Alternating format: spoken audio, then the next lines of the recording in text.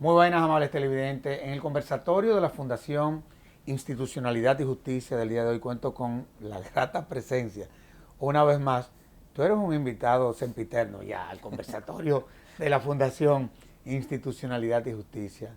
Nada de Darwin Caraballo, director de Educa. Gracias una vez más por haber correspondido a este conversatorio. No, gracias a ti, Sergio Tulio. Es un gusto volver aquí. Ya han transitado, aunque parezca mentira, 5 años de la primera vez que estuvimos aquí, y es un gusto compartir contigo y con la teleaudiencia. Bueno, Educa cumplió 30 años.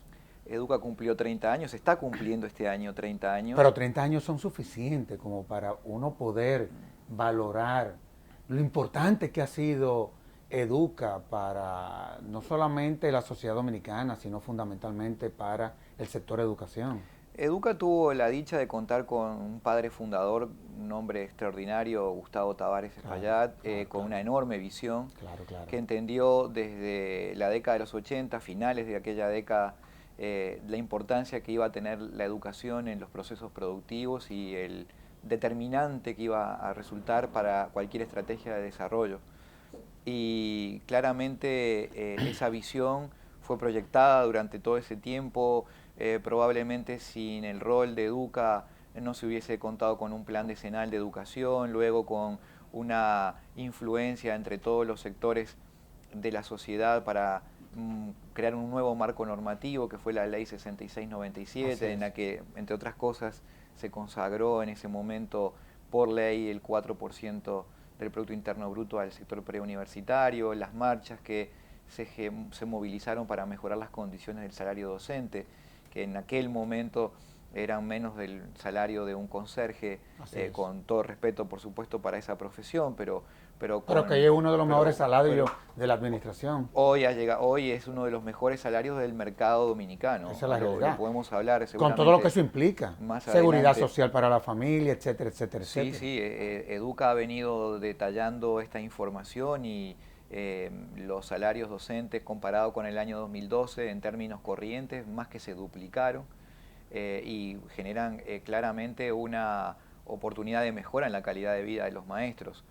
Bueno, y esa trayectoria que Educa transitó durante estos 30 años le ha permitido ser la decana de las organizaciones sociales empresariales en toda América Latina, ha marcado agenda, es siempre un actor relevante a la hora de definir políticas, de buscar consensos, de construir espacios de diálogo entre sindicatos, gobierno, y un actor que moviliza a la sociedad civil en materia de educación, con la preocupación que hablábamos fuera de cámaras de que luego de esta revolución educativa que significó sin lugar a dudas la asignación de estos recursos desde el primer momento de la primera administración del presidente Medina, recursos verdaderamente extraordinarios que han llegado, que se han ejecutado en el sistema, pero que desgraciadamente todavía hoy no se percibe en la calidad de los resultados de los estudiantes. Yo sé que Educa, en el marco de la celebración de estos 30 años, presentó un diagnóstico. Generalmente Educa permanentemente está monitoreando el comportamiento del sistema educativo en la República Dominicana. Pero antes de entrar ahí, yo quiero ver cómo podemos hacer un programa desde el punto de vista cronológico. Tú hablabas de la ley que estableció el 4%, por el que luchamos todos. Yo, honestamente hablando, siempre tuve mis reservas con ese 4%. Y no fui fijo, no fue de las instituciones que más se involucró en esa lucha. Y quizá por eso uno no se siente como con la autoridad de poder estar se refiriendo a cuál ha sido finalmente la suerte de haber hecho esa inversión. Pero la pregunta sería, ¿ha impactado eso? La percepción que se tiene es que eso para lo que ha servido es para la construcción de escuelas, etcétera, etcétera, etcétera. Pero en todo lo que tiene que ver con la calidad de la educación, la calidad de nuestros docentes, La percepción que hay, eso lo revelan todos los estudios, seguimos siendo deficientes. ¿En qué fue que impactó positivamente eso? No, a ver, hay que dividir las aguas en dos claros territorios porque si no podemos, como dice el refrán, botar al bebé con el agua sucia. Y es importante destacar que la inversión de ese 4% del Producto Interno Bruto era muy necesaria. El país venía de una deuda histórica en financiar a la educación que era considerada la cenicienta del presupuesto educativo, con una inversión promedio en los últimos años muy por debajo del 1,5% del PIB, con aulas que tenían que funcionar en 3 tandas, con docentes que tenían salarios pauperizados. Claramente el país sin la apuesta con recursos no iba a salir adelante. Lo que uno echa de menos y debe ser Digo, y crítico. también el 4% ha servido para mejorar la calidad de vida de los docentes, con lo Claro, que estamos todos de claro, acuerdo. claro, O sea, ese claro. no es el debate. No, no, Yo me refiero ya a la calidad, claro. al contenido, No, lo que a pasa es los que contenidos. es verdad, pero los elementos estructurales del proceso educativo, como es la infraestructura escolar, como son los materiales, los libros, Nadie va a las criticar eso. computadoras, mejores docentes, mejores pagos, son una condición sine qua non para Claro, claro, claro. funcionar. Ahora, ¿qué ocurre? ¿Dónde estamos siendo todavía deficitarios a la hora de mostrar resultados?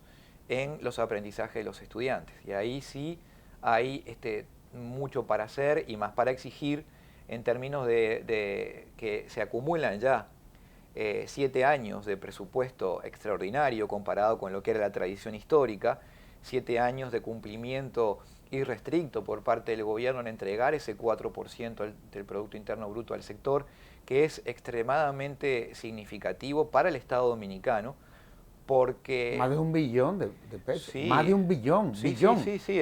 Mira que el presupuesto educativo supera los 3 billones de dólares. El presupuesto educativo del año 2020 representa para el Ministerio de Educación la ejecución diaria de 10 millones de dólares cada día del año. Festivo, sábado y domingo y de lunes a viernes. Cada día del año el Ministerio de Educación ejecuta 10 10 millones de millones de dólares. dólares. Esto estamos hablando de que son más de 500 millones de pesos diarios, lo cual es una enorme cantidad de recursos que se tienen que manejar para que se ejecute en torno a este sistema, que obviamente está destinado a más de 2 millones de estudiantes matriculados en todos los niveles. Claro. Eh, Ya se abrió la tanda Estamos extendida. próximos a llegar a los 200.000 funcionarios entre docentes y administrativos. Wow. Es decir, evidentemente hay allí un volumen como la organización más importante que tiene el Estado dominicano. Allí es una magnitud muy significativa, porque si bien en términos comparados de Producto Interno Bruto al sector tal vez no sea de los de mayor asignación en la región, aun cuando tampoco está entre los de menor, Claro que está no. de la media para arriba, Claro, porque la claro, República claro. Dominicana contabiliza diferente a otros países. A ese 4% del Ministerio de Educación hay que sumarle el presupuesto de la Universidad Autónoma de Santo Domingo, el presupuesto del Ministerio de Educación Superior, Ciencia y Tecnología, el presupuesto destinado a la formación de otros entes del Estado como las propias Fuerzas Armadas, y ese tipo de presupuesto agregado es el que financia la función educativa del Estado, que supera largamente ya el 4,6% del PIB. Y eso está en niveles superiores a lo de Colombia o Chile en este momento. Pero en términos de presupuesto del gasto público, es decir, de cuánto representa el sector educación Claro. en el presupuesto del Estado, es cercano a la cuarta parte, estamos en el Claro, claro, 23%. claro, claro. Y esto es extremadamente alto comparado con el mundo. Es de los países que más recursos públicos destina a la educación. Es decir, el Estado hace un enorme esfuerzo, la sociedad hace un enorme esfuerzo por financiar al sistema educativo, y los resultados, acumulando ya estos años, debieran ser por lo menos más auspiciosos en términos de tendencia.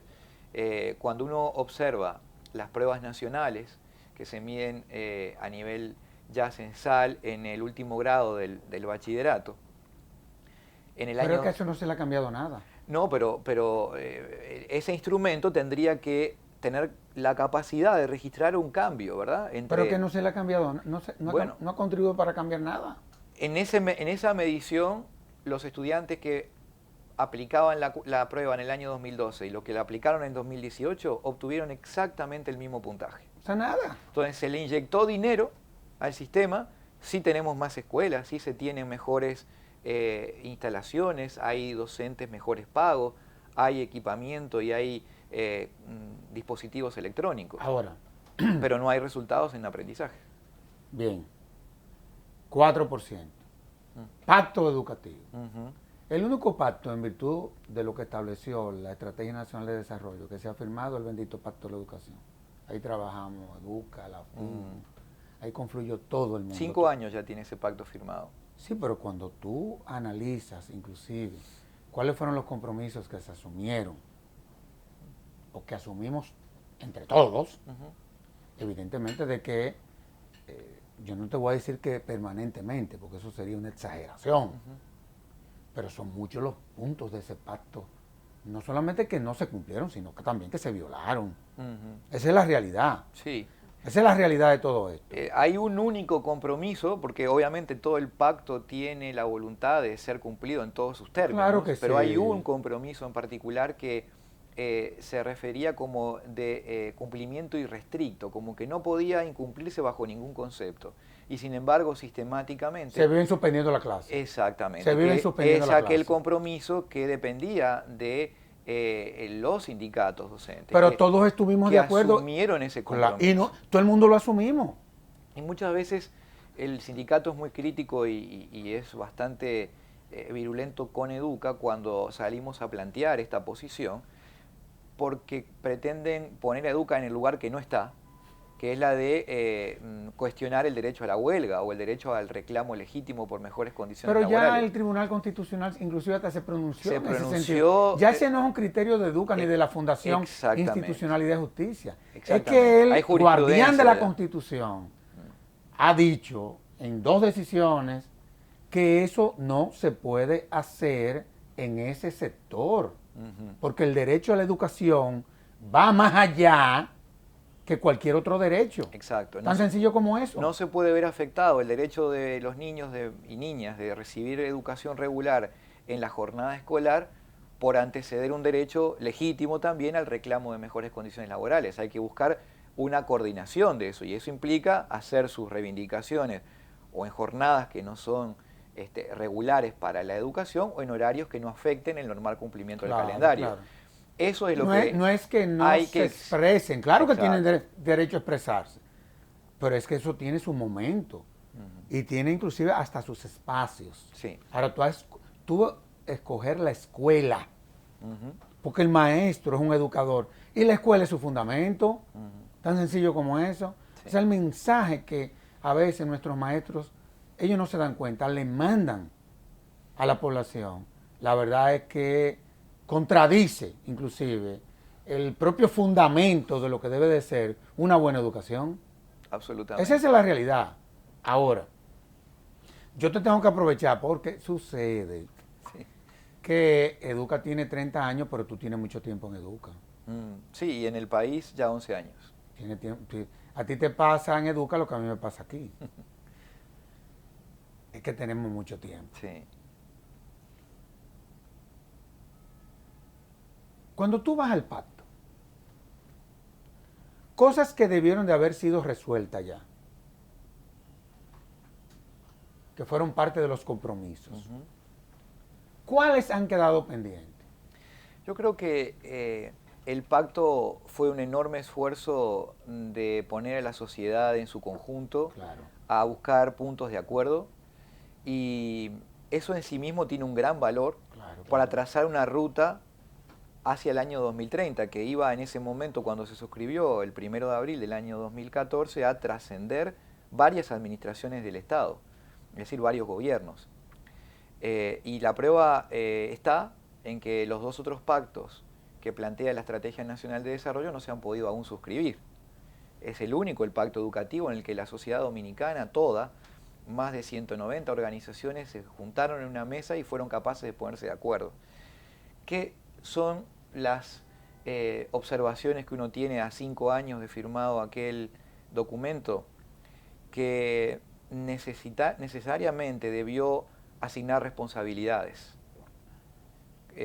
con nombre y apellido. ¿Quién es el actor responsable para cumplir cada compromiso? Segundo, ¿qué fechas deben tener cada compromiso? No se establecieron Porque no fechas. es verdad que todos los compromisos se van a cumplir recién al año 2030. La idea y el espíritu del legislador colectivo era de ir cumpliendo compromisos sistemáticamente y tan pronto fuera posible para alcanzar los objetivos que se plantea allí. Ese es otro de los temas que allí están pendientes. Tal vez sí adoleció de entrar en un detalle innecesario que tiene que ver más con un plan que con un compromiso de largo plazo con los resultados. Por ejemplo, la República Dominicana no se merece, y el esfuerzo de las autoridades y de los padres de familia y de los docentes abnegados que trabajan en la educación, tener resultados que a nivel promedio nacional están por debajo de países africanos, subsaharianos. Eso duele mucho y a quienes estamos trabajando en este tema, que lo sentimos como propio, nos hace sentir con un grado de responsabilidad que verdaderamente nos preocupa, y lo digo con total honestidad. Servio Tulio en Educa y yo en particular me siento responsable en la cuota parte de haber estado en un proceso de generar una línea de trabajo, de haber podido persuadir a varios de los actores importantes de las líneas a seguir, pero fallar en la ejecución, fallar en la implementación de estos procesos que llevan el cambio, porque siempre lo hemos dicho, que la educación está donde ocurre la relación entre el estudiante y el maestro. Simón Rodríguez, el educador del Libertador, decía que la escuela está donde está el maestro. Y ahí es donde todos estos procesos llegan a cuentagotas.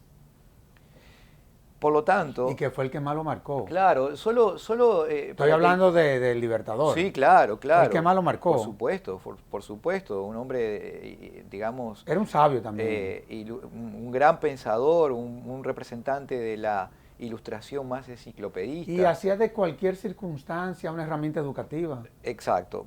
Daba las clases... tanto que a veces nos preocupamos por las infraestructuras, las clases hasta eran en un parque, al aire libre. O caminando en un bosque. Exactamente, sí.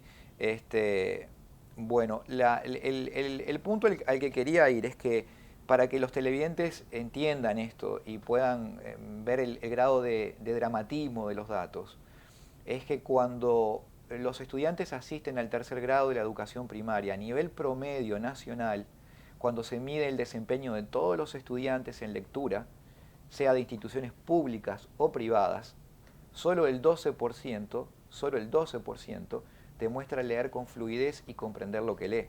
Uf.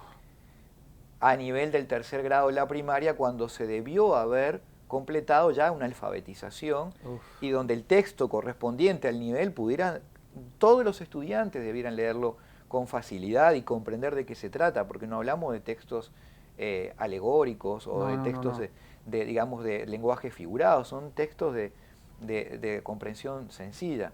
Y cuando nos vamos al sexto grado de la primaria y miramos qué tanto saben los estudiantes en matemática, cuál es el grado de nivel de suficiencia que alcanzan, solo el 4.1% de más de 150.000 niños que asisten a la educación pública y privada y que todos fueron medidos, no fue una muestra, fueron todos, logran el nivel de satisfactorio. Solo el 4.1%. ¿Incluyendo las privadas? Incluyendo las privadas, que obviamente les va mejor.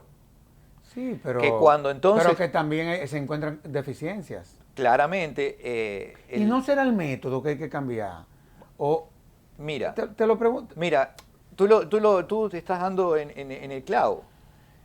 Si hace 7 años que se viene con los recursos disponibles, que ya no son una excusa, con mejores salarios, mejor infraestructura, con tecnología, y los resultados siguen siendo los mismos. ¿No será momento de cambiar lo que ocurra dentro de las escuelas? Yo pienso que sí. De manera radical. Nosotros decíamos en un almuerzo donde presentábamos el Congreso Aprendo correspondiente a este año, que Einstein siempre decía que no se puede esperar resultados diferentes haciendo siempre las mismas cosas. Incluso él iba más allá y decía que ese comportamiento era el principio del indicio de la locura. Es decir, si nosotros queremos sanear a nuestra institucionalidad en el sector educativo, hay que trabajar en modificar los procesos de gestión dentro del aula, dentro de los centros educativos. Hay que ir hasta allí, hay que trabajar en esos lugares, hay que destinar los recursos técnicos, administrativos, financieros a los centros educativos y generar la revolución no en la Máximo Gómez y la Santiago, sino en cada uno de los más de 7.500 centros educativos que tiene el país. Ese es el gran desafío, es ir ahí, llevando los recursos, llevando los currículums, llevando la tecnología, pero ahí apoyando al maestro con todo el soporte que se pueda tener para lograr cambios que estamos seguros que se pueden hacer. Por ejemplo, tú y yo estamos en instituciones en donde nos viven sometiendo a programas de evaluación permanente. ¿A ti y a mí? Constantemente. A ti y a mí todos los años nos evalúan. De lo que ha sido, por ejemplo, nuestra gestión, cuáles han sido los logros, y todo sobre la base de un plan que se hace el año anterior. Si somos austeros, si gastamos menos de lo que nos ingresa. Claro. Yo creo que tú y yo somos muy austeros, esa es la realidad. La realidad. No nos queda de otra. No nos queda de otra. Por lo menos no somos dispendiosos. No. Y estamos en un proceso de evaluación permanente. En tu caso y en el mío vienen gente que ni siquiera pertenecen a la institución, se sientan contigo y te evalúan como tiene que ser. Auditoría como mediante. tiene que ser. Auditoría por otro lado, pero también te evalúan a ti. Sí, claro. Bueno. Yo le doy mucha importancia, quizá porque eso es lo que somos tú y yo ya. O sea, ya obviamente uno nunca deja de ser estudiante.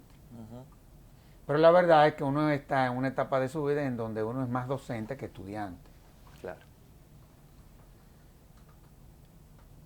Y eso me preocupa. Me preocupan más los docentes ahora que los mismos estudiantes. Porque a fin de cuentas son los que transmiten el conocimiento, Claro. en principio. ¿Qué podemos hacer con ellos? O sea, porque la verdad es que son tan importantes. A veces yo me pregunto, ellos no ¿será que no se lo creen? Lo importante que son. O sea, lo importante que son nuestros maestros, lo que ellos son para este país, o sea, para todos nosotros, independientemente de cualquier diferencia de criterio que podamos tener. O sea, para nosotros ellos son importantes. Partiendo de lo importante que ellos son, porque oye, vamos a tener que traer a Hostos aquí, vamos a tener que sacarlo de la tumba. ¿Qué podemos hacer con los docentes un tanto como para que dentro de esa nueva visión de los métodos que hay que rediseñar, para ver si aumentamos esos benditos índices, bueno, ellos sean la principal herramienta para lograr eso? Te pregunto yo. No, muy compartido tu razonamiento. Para nosotros el actor más relevante es el educador. Pero eso está El claro. educador tiene en la sociedad del conocimiento, es el que está generando el insumo principal con el cual van a trabajar las empresas, porque las empresas hoy no se evalúan por el capital que tienen, ni por las infraestructuras, Ay, no. ni por los recursos naturales a los que acceden, es por el talento de la gente que trabaja con ellos y la capacidad que tienen para innovar, y eso se cultiva en las aulas de la República Dominicana, en el caso del país, en cada pueblo y en cada sector. Entonces, claramente el rol del maestro es el más importante, es tan importante como el médico que sana la vida. El maestro es aquel que promueve que haya una vida saludable en el futuro en términos de intercorporación ciudadana de cada uno de los estudiantes cuando lleguen a la edad correspondiente. ¿Qué se puede hacer al respecto con los docentes? Bueno, primero hay que seguir fortaleciendo la formación inicial y transformarla.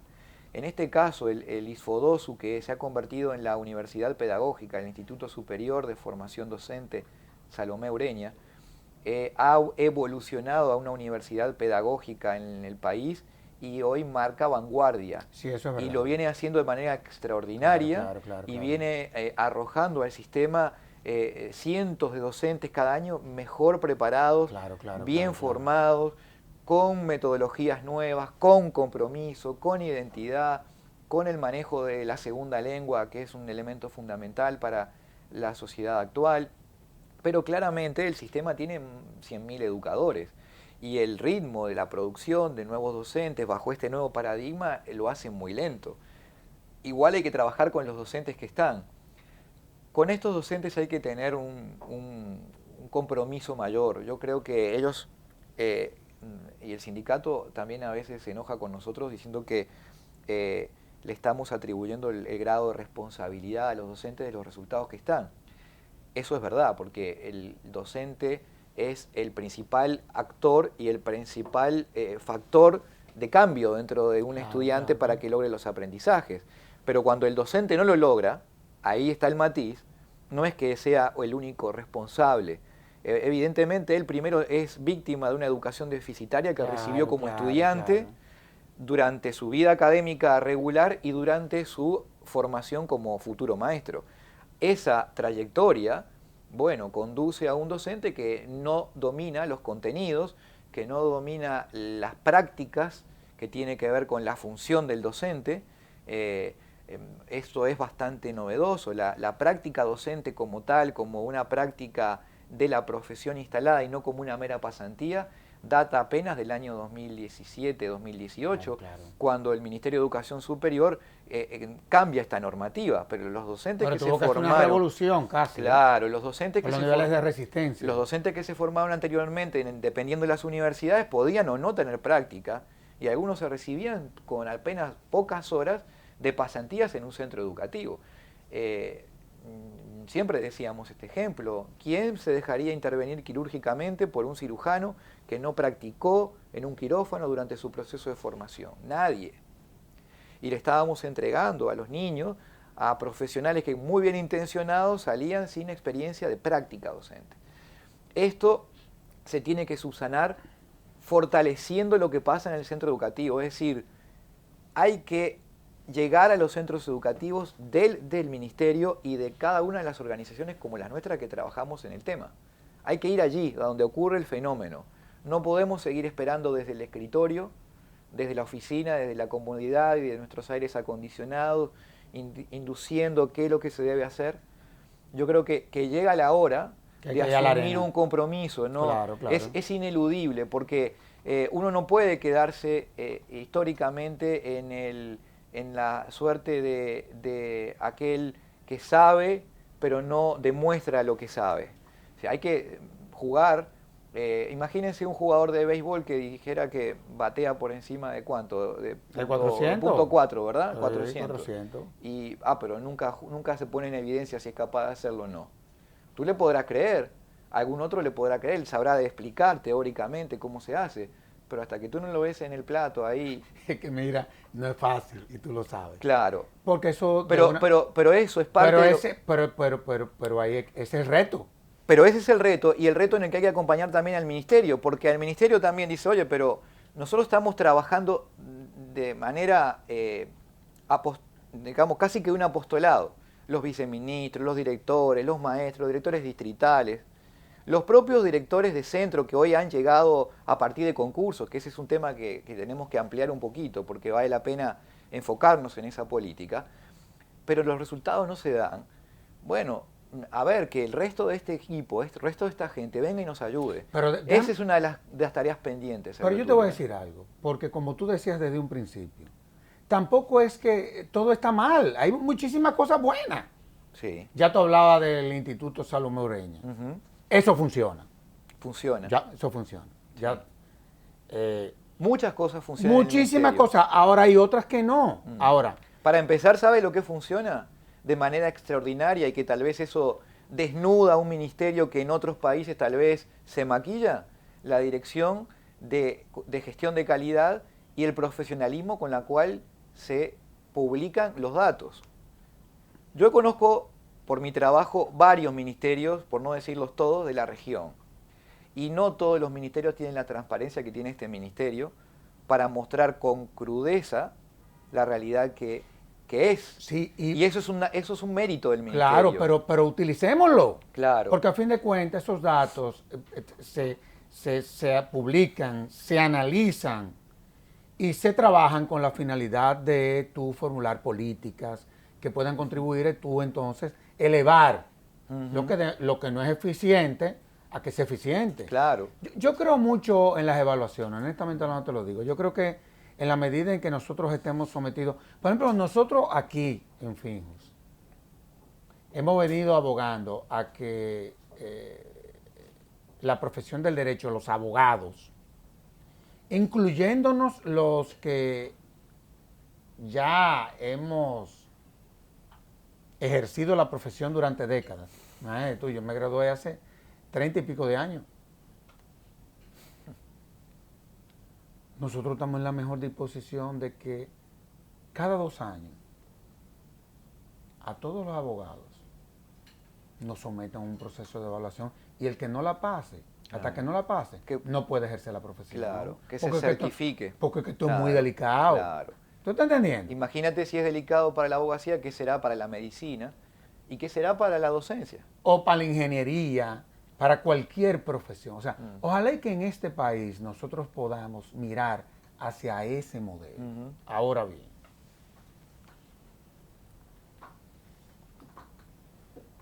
bueno, nuestro maestro vemos que comienza a nacer una clase en donde de una u otra forma se han venido tomando en cuenta deficiencias del pasado, a los fines de que no sigamos repitiendo lo mismo.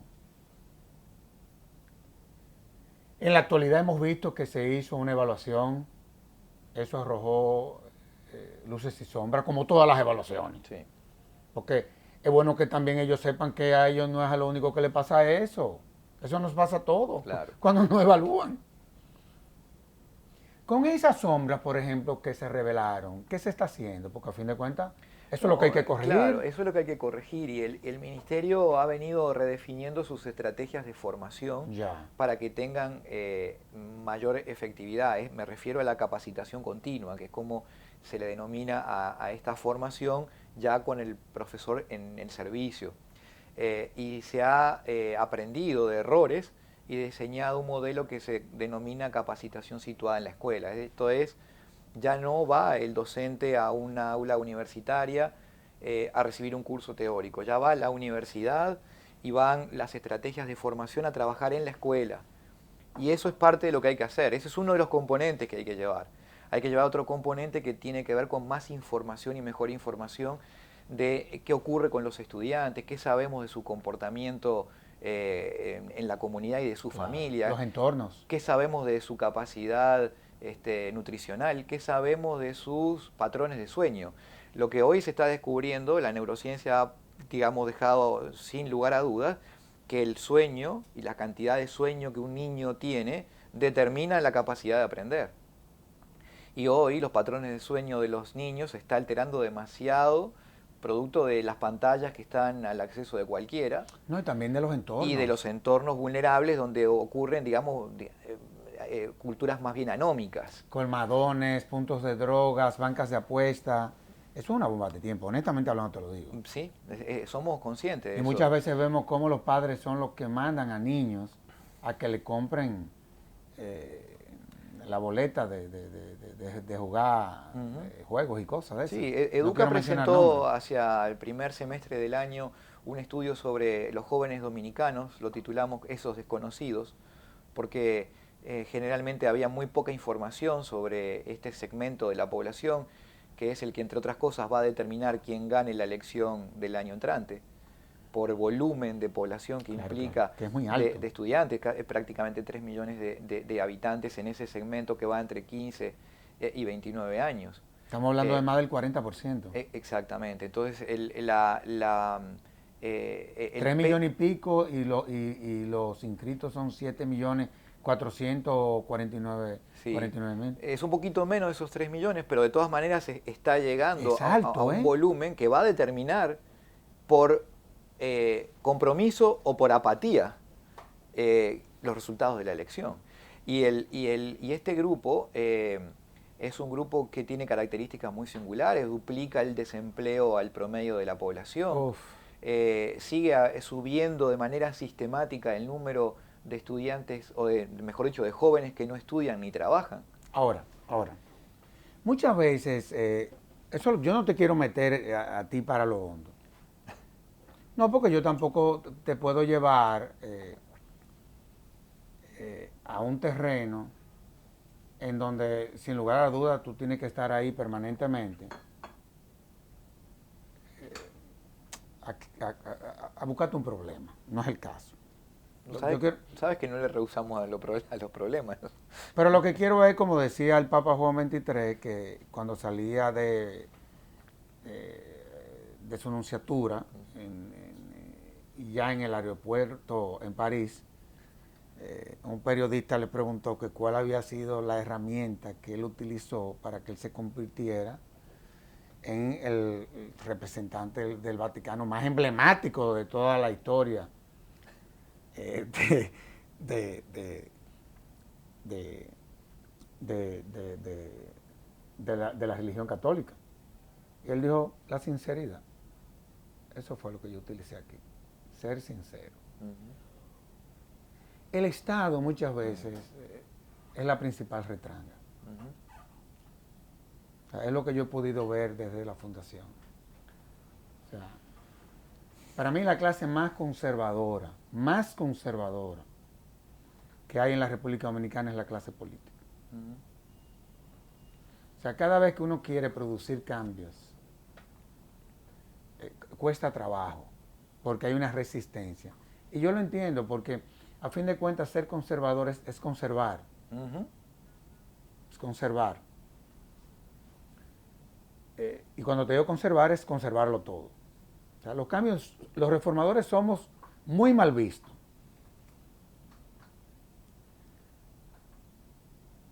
Te digo que yo he llegado a la conclusión de que el Estado es muy complicado en todo esto y muchas veces propicia estas deficiencias.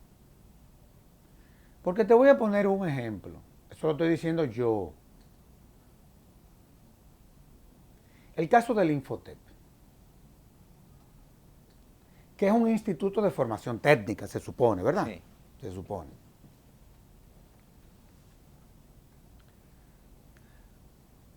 Cuando tú analizas, por ejemplo, los cursos que se han diseñado para que se desarrollen en ese instituto, tú te encuentras que, en su mayoría, no digo todos, lo mismo están contribuyendo a los niveles de informalidad en este país.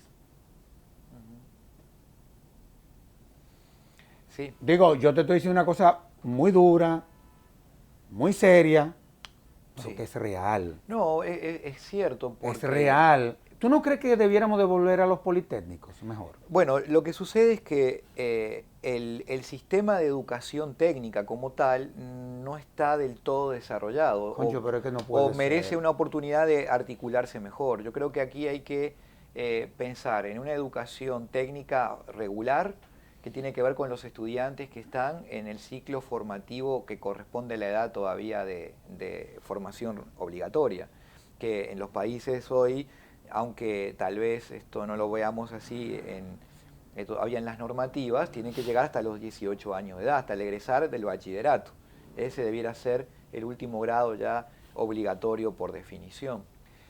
A partir de allí se abren, digamos, unas oportunidades para o continuar en estudios de educación técnica superior, como lo tiene Alemania, Irlanda, Claro. Australia, que no todo el mundo sale a la universidad, porque no todo el mundo tiene que tener un conocimiento académico para insertarse en el mercado y tener un buen salario y digno, que así lo ven los alemanes y lo hacen muy bien.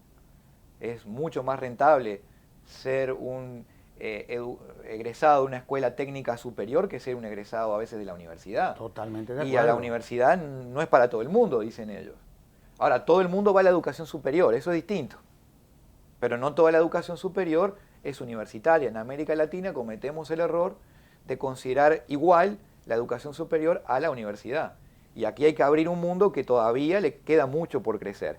Y después, una entidad, como lo es el Infotep, de formación técnica para aquellos que están en el mercado de empleo y que salen del trabajo por alguna razón y tienen que reciclarse, de aquellos que necesitan estar capacitados para desempeñarse mejor en el empleo. Y ahí es donde tiene la oportunidad un instituto como el Infotep, que dicho sea de paso ha venido ante la gestión actual teniendo procesos de modernización importantes. Claro. Pero nosotros... Pero un proceso de modificación, de modernización no se limita a la construcción de un edificio. No, claro que no, claro que no. Incluso, digamos, en las ofertas todavía no se refleja el dinamismo que está generando el mercado de trabajo. Una manera, en lugar de criticar al Infotep y de decir, bueno, esto no se hace bien o no se hace mal, es pensar por qué, si venimos en definitiva del mundo privado nosotros y del mundo de la empresa, y sabemos que los mercados ganan efectividad y eficiencia cuando hay competencia, ¿por qué no abrir a otras entidades que puedan competir por los fondos que le llegan a ese fondo de Infotep? Es decir, hoy cada trabajador y cada empresa cotiza y paga un concepto que dice Infotep, ¿de acuerdo? En lugar de que diga Infotep, ¿por qué no dice formación profesional?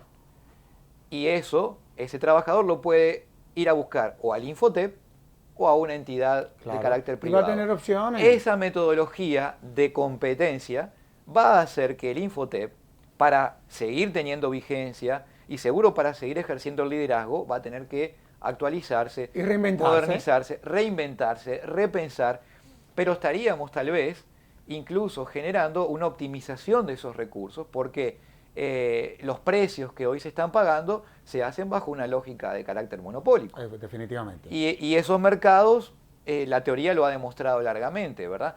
Que el precio en un mercado monopólico no responde a la libre competencia. Ojalá y también que el sector privado, teniendo esa visión, pueda de una u otra forma hacer este tipo de planteamientos, digo, con el mayor de los respetos posibles, claro, con el único objetivo, de mejorar la calidad de nuestros profesionales, descubrir áreas que están haciendo falta, en fin. De todos modos, vamos a hacer una pausa. Claro. Y de inmediato volvemos con este interesantísimo programa. Claro.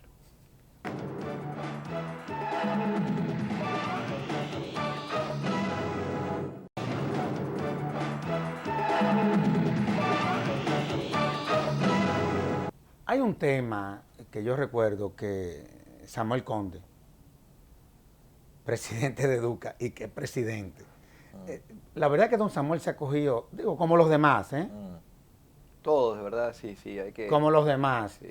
Pero la verdad, quizá por la personalidad de don Samuel, que es un hombre muy sobrio y muy formal y muy exigente, extremadamente exigente.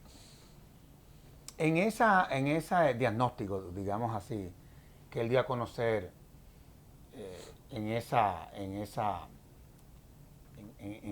cena que celebró Educa, me llamó mucho la atención todo lo que tiene que ver con las evaluaciones. Me gustaría que tú compartieras un poco parte del contenido de lo que él trató ahí, porque honestamente y sinceramente te lo digo, yo creo que ahí es que está la clave, o parte de la clave de ver cómo nosotros podemos mejorar la calidad de la educación. Sí. Bueno, de los elementos que hemos venido mencionando, vale la pena considerar de forma adicional lo que ocurrió con los concursos docentes, que ese es uno de los compromisos que está allí también en el pacto para la reforma educativa, y que merece la pena resaltar la labor del Ministerio. El Ministerio tuvo el valor de poner... Eso fue el año pasado, ¿eh? Sí, no, fue este mismo año. Fue este mismo año. El Ministerio tuvo el valor, Sergio Tulio y estimados amigos de la teleaudiencia, de poner 10.000 puestos a concurso de docentes y de maestros de aula, ocupados algunos de ellos por maestros contratados de manera transitoria con el consecuente riesgo de tener un conflicto con el sindicato. Porque algunos de esos que están contratados estaban contratados de manera reiterada año a año y ya llevaban un tiempo de un cargo de carácter no permanente, claro, que claro. no había sido ocupado a través de un concurso. Se presentaron 54.000. Ay, Dios mío. Para un cupo de 10.000. Las cuentas son simples, 44.000 iban a quedar fuera. La idea era quedarse con los mejores 10.000, ¿verdad?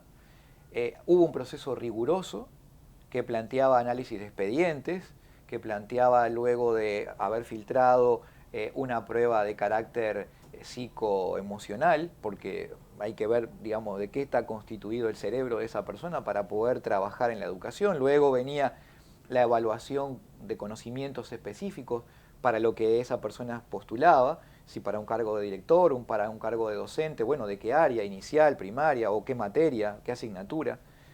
Y luego venía la parte final de las entrevistas. Ustedes saben que eso fue bastante conflictivo el proceso. Claro, claro. Porque el sindicato en determinado momento se retiró cuando vio que los filtros eran verdaderamente filtros y que no iban a pasar todos. Y que lo que estaba pasando allí era lo que realmente pasaban las pruebas. Educa estuvo en esa comisión, Educa estuvo de cerca y certifica que eso se hizo de manera diáfana, transparente. Si no nos hubiéramos salido de inmediato. Y la vara no se bajó porque no se logró ocupar los 10.000 cargos. Se ocuparon 6.600 y tantos de cargos docentes que lograron cumplir ese proceso. Punto. Ahora, yo fui a la fiesta de inauguración, que no tuvo también tal vez la difusión que se hubiera esperado, donde fueron más de 3.000 de esos 6.000 que ganaron. Y hubo un profesor que sacó 100 puntos.